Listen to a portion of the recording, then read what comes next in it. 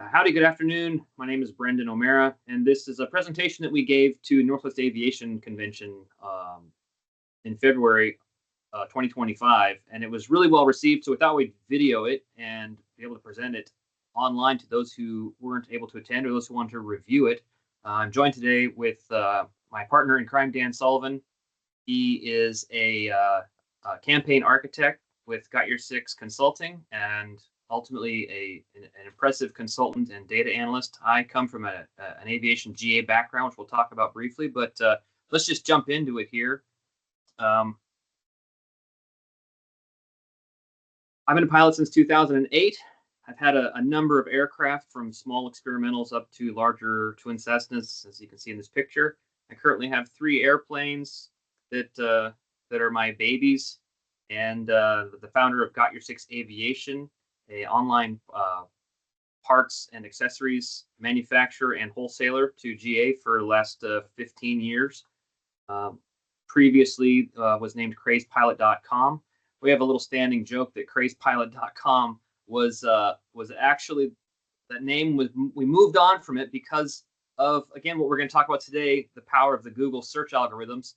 The words crazed and pilot together got really messed up by this guy. If you recall, this is what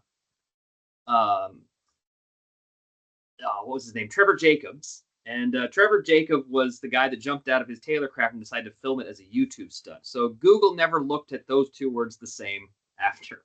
This is just a couple quick slides from the different types of products that we've manufactured over the years. And we're really not here to talk about this, but just some awareness from what brings us into this consulting space now and how we're able to reflect on products and services in the online space and how to help other companies with this. Ultimately, in the process of starting and operating that business, companies such as FBOs, small aviation parts manufacturers, and especially flight schools started coming around and asking, what are we doing? What are we doing wrong? How can we improve? You've clearly done this in this business now for a number of years, and can you help us? And so that was the birth of Got Your Six Consulting. And having known Mr. Sullivan for a number of years and his assistance in the growth of Got Your Six Aviation and Crazed Pilot previously, we decided to team up and work towards helping FBOs and flight schools specifically grow their organizations. So I'm going to turn this over to Dan here, and he's going to present now and go through we're really going to talk about some actionable steps to help you improve. Less about, come hire us. A lot more about, here's what you can do to get started. Here's what you should look at as what's important, where to focus your energy, and then when it's time to make the decision to get some outside help. So Dan, go ahead and take it away. All right. Thanks, Brendan. All right. So yeah, we had a great time at the show on Sunday, and we went through a lot of our tips and tricks. And our mojo, what we really hope to capture here also is to give you actual usable today information. So I'll say just a little bit about our consultancy before getting into it. We like to give away the sauce because we're not worried about that. So we're going to show you directly how to do stuff. So first, we're going to set up the problem before we solve it. So typical problem in internet marketing, and it is at least as applicable in GA as it is in other industries, is that owners, marketing managers, if you have a dedicated marketing managers, whoever is in charge of getting new business online and having those conversations with colleagues and whatnot, is going to hear some of the same old junk. You got to do this, you got to be here, you got to do that. Well, maybe you do, maybe you don't. There are actually very few you gottas in this space that are true and real. You also get, to a person with a hammer, everything looks like a nail problem. If you're talking to a developer, well, guess what? You need a new website. If you're talking to a PPC guy, guess what? You need to spend more money on ads. None of that's true, or at least it's not true necessarily. And the problem is that all of those limited ways, they limit the scope of the options you consider. So you're not really facing the problem of SEO versus PPC or maps or whatever, or social media. You're facing the problem of where do you spend your money? Where do you spend your time or the time of your team? How do you guide the people you've hired? All right. So we're tag teaming here. So advance me, please. All right. So you know, and that implies that you need to look at all the options, but that's not really viable either because there's 100 things you can do. So we have a better way. Okay. So if you were trying to face the situation of thinking about everything you could possibly do, it's overwhelming. Nobody can do it, and you'll end up in analysis paralysis. So how do you reconcile these two problems where one is over focus and the other one is overwhelm? Well, the answer is you do the basics, man. Keep it simple, whatever your favorite manifestation of that last letter of the famous acronym is. And so for almost everybody, and this is a little bit true everywhere, but it's definitely true for GA, according to the people we talked to over the weekend. This is definitely the case. Maps is number one. It's the number one thing to do. And why is that? Well, most of the businesses represented, not all, but most of the businesses represented at the show are a local business, or at least a lot of your business comes locally. Maps gets too little attention in general across the board. Do Maps first, before the website, before anything else. Second is operations. And why are you talking about operations in a digital marketing show? Well, because of our perspective is that look at everything that's affecting your bottom line. And often things are going well, the phone is ringing, nobody's there to answer it, or emails come in and nobody responds for days. We had people at the show in this situation, active clients and others who have this problem. Third thing is tend your SEO. We'll talk about that. We'll talk about all these more in detail. And the last is content. Content is a hot topic, especially with AI tools being used a lot now to help. So we'll go into all that. Okay, Google Maps. So we said Maps is number one. That's really Google Maps because they dominate the space. There's Bing Places, there's Apple Business, there's others, but we're going to focus on Google. Do first things first, ignore the rest for now. So the first question is, can I do this myself? Do I need to hire somebody? Do I need to hire a person or software or a team? You can do it yourself. And even if you're going to end up hiring somebody to do it better, you should do it yourself first. So we'll talk about why. Well, the big thing there is your general awareness. When you're then, it's like, how do you extract value? You know you're getting the value from somebody if you understand it enough to be dangerous yourself. Yep. Let's advance. Okay, so first, what the heck is this eye chart? We'll explain this because a lot of business owners, they've seen their own Maps listing and they think, well, that's okay. I got a URL, I got a phone number, I got maybe some pictures. What's the problem? Here's the problem. We ran a crawl. We have some special software. You could buy it too, but you don't want to spend the money because you don't want to use it once, and we use it every day. This is a crawl of flight schools in Oregon, mostly Portland. So there's 35 schools represented here. What is a crawl exactly by definition? It's the concept that our software is extracting more data than you actually would see in Google, correct? This is all public-facing information from your Google business profile, but you'd never be able to see it in a spreadsheet compared to all your competitors. So we have some software that'll put 10, 20, 1,000 right next to each other. So we can see it all at once for your business, but we can also see everybody's at once. So the yellow represents data that's wrong. This spreadsheet, by the way, goes about 2 more feet, but this is just the first page. So and it's blurred. It's not intended to be readable. We want to protect the guilty, some of who were in the room at the show in Washington a few days ago. But in the website column, which is the one in the center of the screen, there are businesses, in fact, you can see the empty spaces where there is no website. That's a pretty big omission. And other errors are the website is not secure, which means that people click it from your business listing, from their phone, and they might not actually be able to get there because a security warning, which is a very unpleasant experience, will pop up, and they will not only get there then, they will probably never consider your brand again if they got a big red alert the first time they did there. So if it works today, don't assume that it'll work tomorrow. There's probably a third of the URLs on this page are not secure.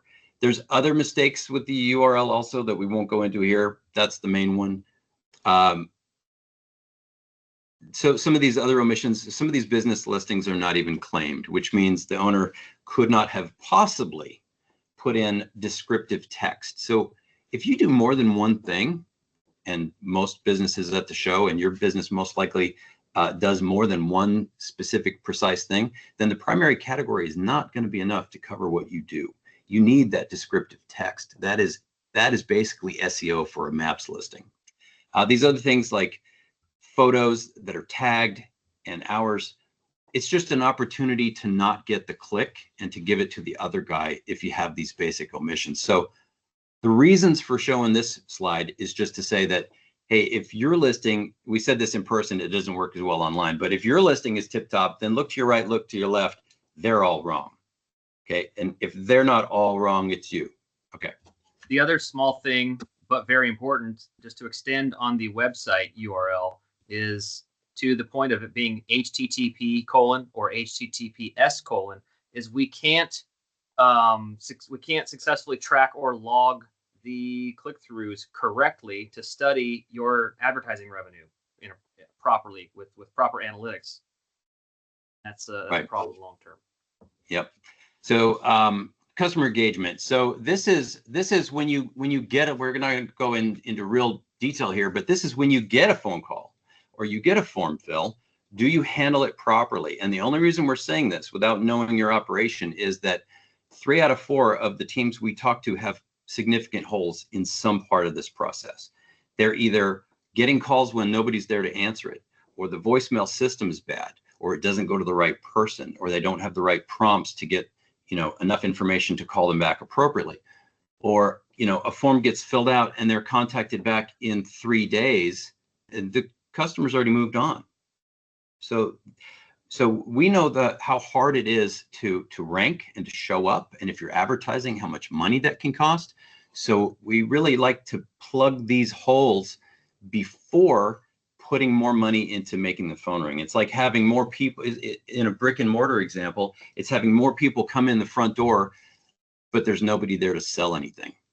So and follow-ups, that could be a CRM tool that helps you to follow up with forms after you've initially responded if they don't buy or engage your service in 3 days or a week. So you could use a CRM tool, but this is not a speech to go spend money and buy services. You could also use a piece of paper or a whiteboard or anything like that. So prompting for ratings and reviews, asking for photos, those are all things that should be wrapped into your normal process and systems. Doesn't have to be formal, doesn't have to be money, but most of the time it's not done at all, and that's not good. We did some studies of some of the emails that were coming through to some of our clients historically, and you can see where there has been no process. There's a lot of loss in this area. Obviously, you can do simple and get started on paper. We can help implement a higher tech solution for that at some point when you advance to that level. Okay, so getting to the third one, SEO.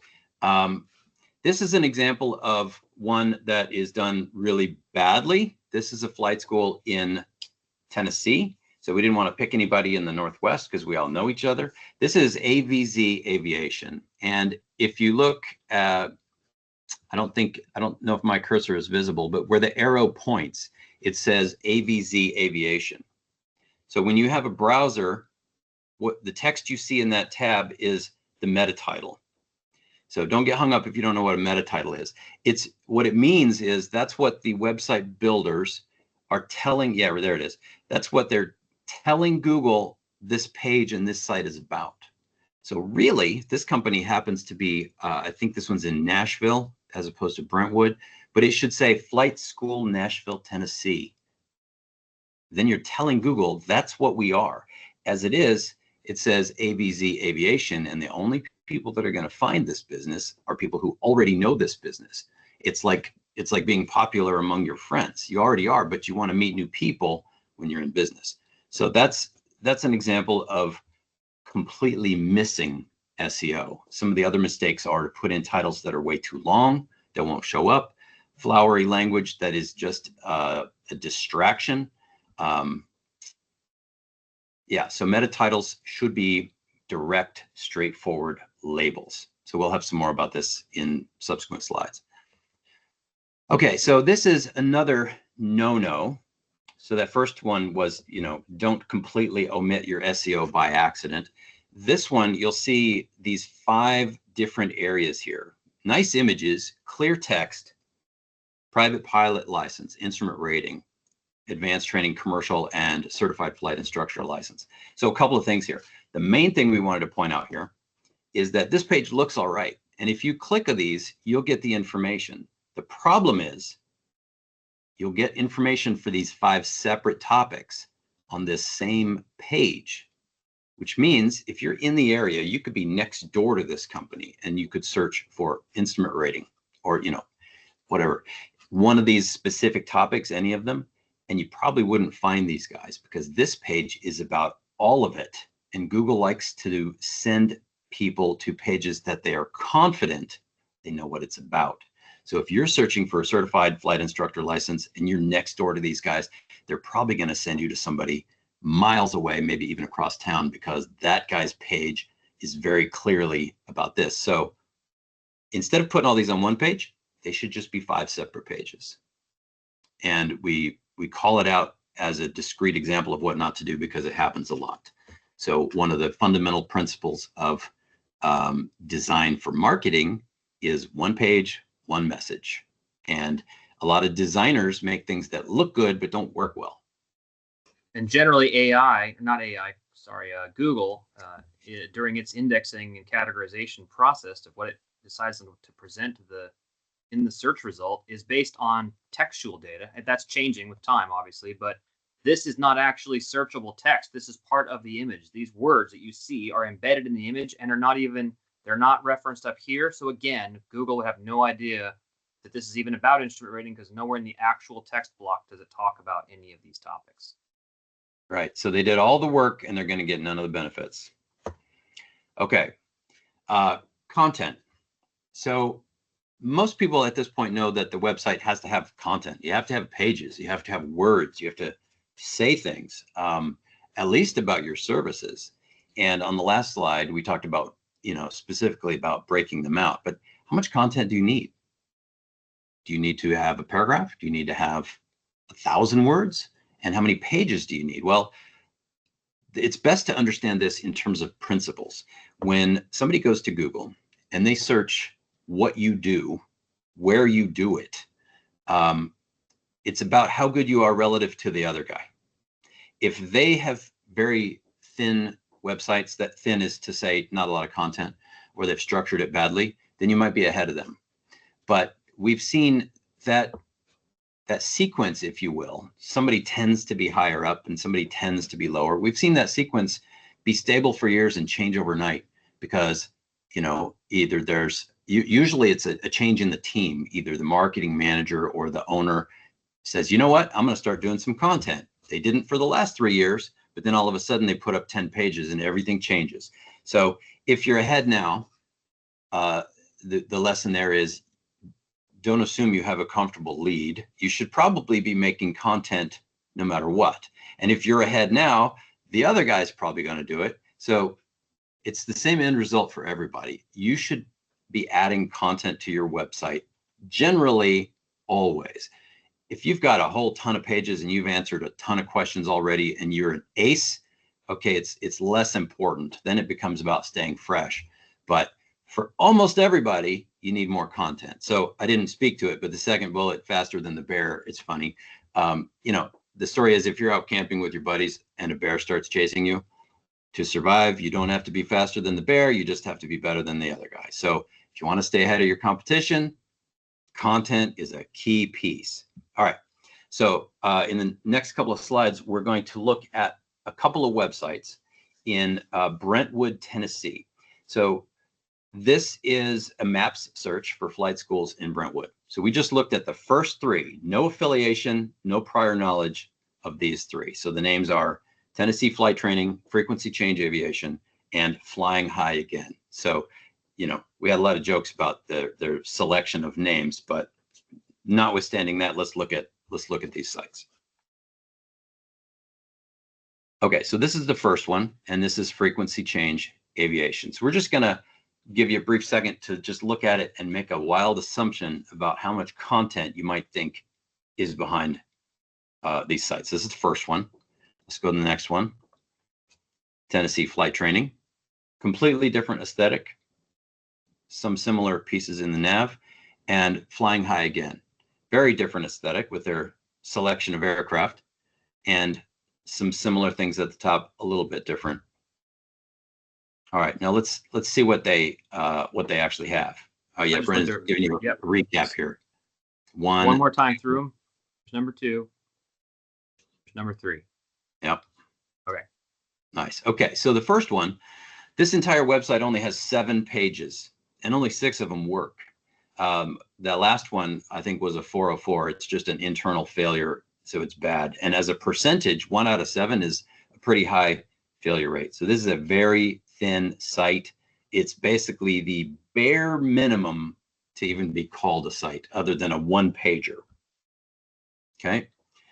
So these guys, Tennessee Flight Training, they have 127 pages, and about 100 of those are either blog posts or some other kind of content that we would call supportive content. It might be FAQs, it might be how-to, it's a guide, things like that.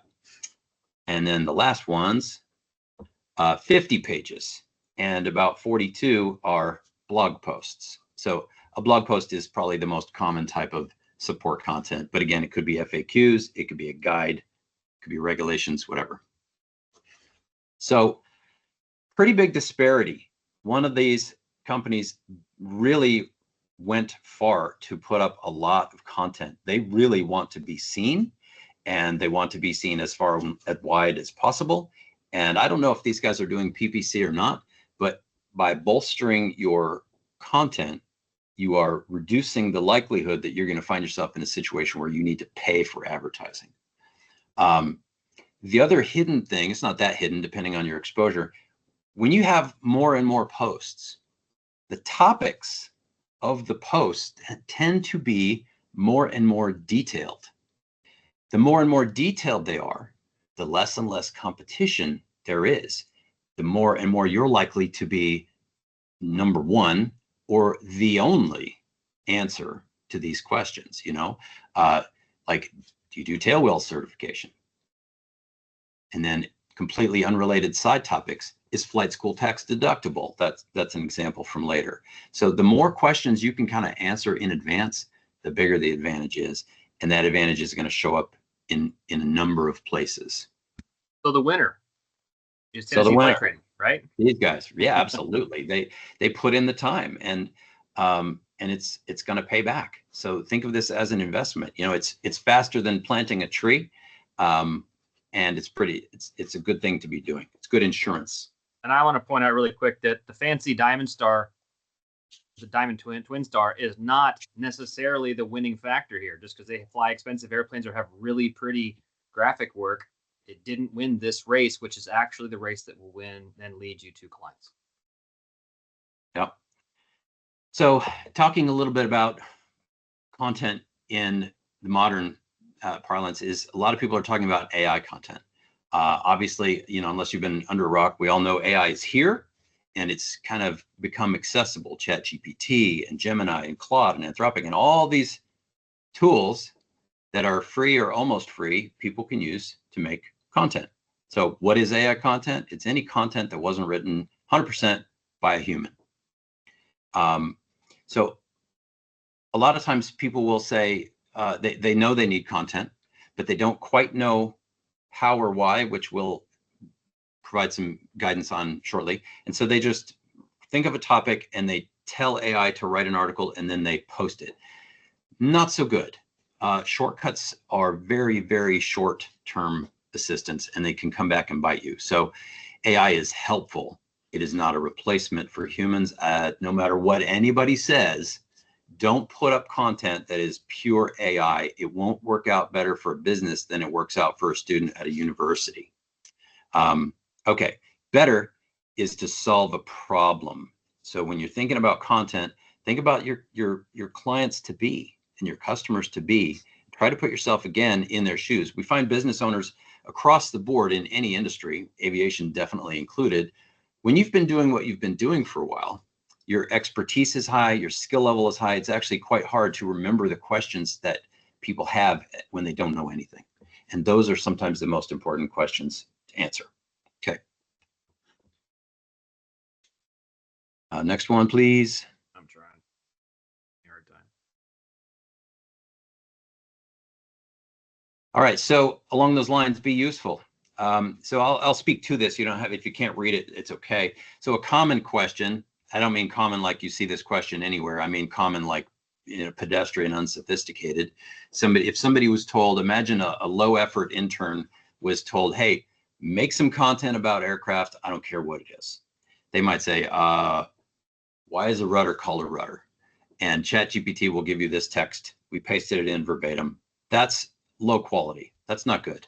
And people do this in multiple industries. When they learn they need content, they put up something like this. What's much better is to be useful. Some of these questions on the right, I'll read some select ones. Can flight school be written off on taxes? How long does flight school take? How old do you have to be? Flight school with housing? Is there financial aid? Flight school versus a private instructor?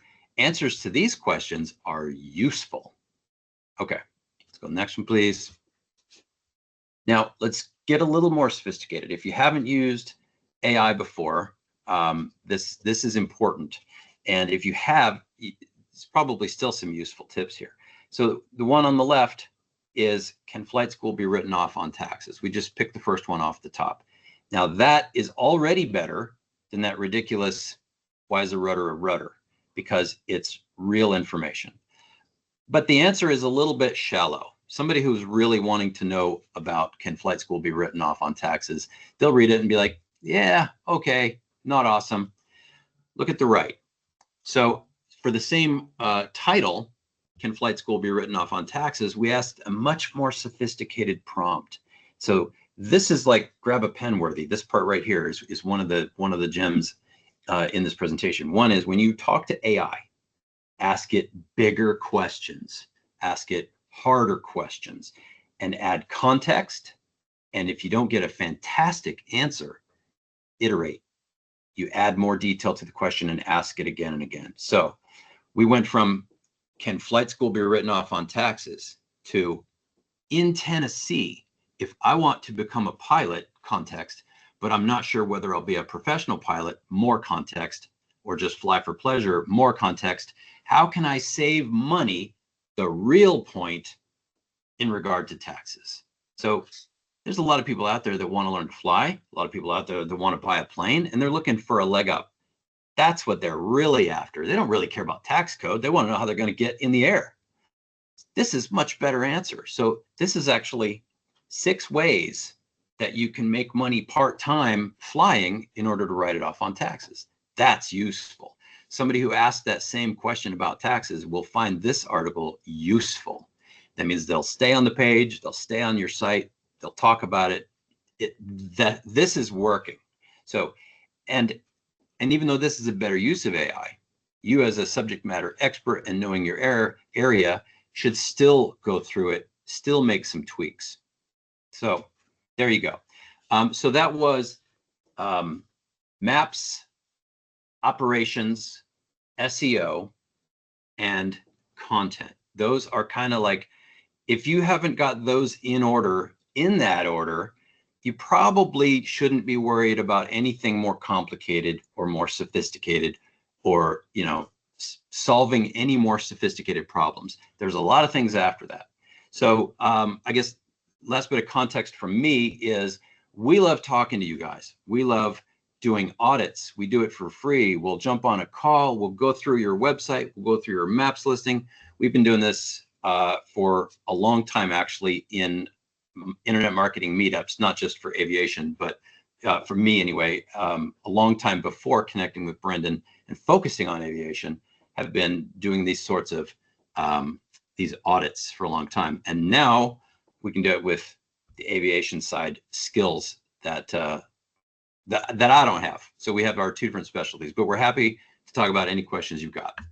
And we'll use, again, we use technology to just like this. We get on and we like to pull up websites and have live conversations. And if you've made a couple passes on these things that we've gone over today, and you've made advancements in those areas, and you want to connect and say, hey, what do you think about what I've done? We can go through this kind of stuff really fast, and there's no cost associated. Let's just get on, talk about stuff. If you need some deeper help, you can hire us if necessary. If we can spin you off on a couple other great ideas, then everybody wins. So we look forward to hearing from you. Visit us at gotyoursixconsulting.com. You can drop an email to the email address below, or you can contact either of us directly. Dan, any other closing words? Yeah, we'll also, if we get on the phone call, we'll be able to tell you some of the stuff that we did in person on Sunday that I forgot to say today, because there were some other gems. I just was remembering, like, we talked about these other things, but they didn't have a slide. We just did them kind of live. So yeah, give us a call. No pressure, just chat. All right, thanks. Have a great day, everybody, and take care. Thanks.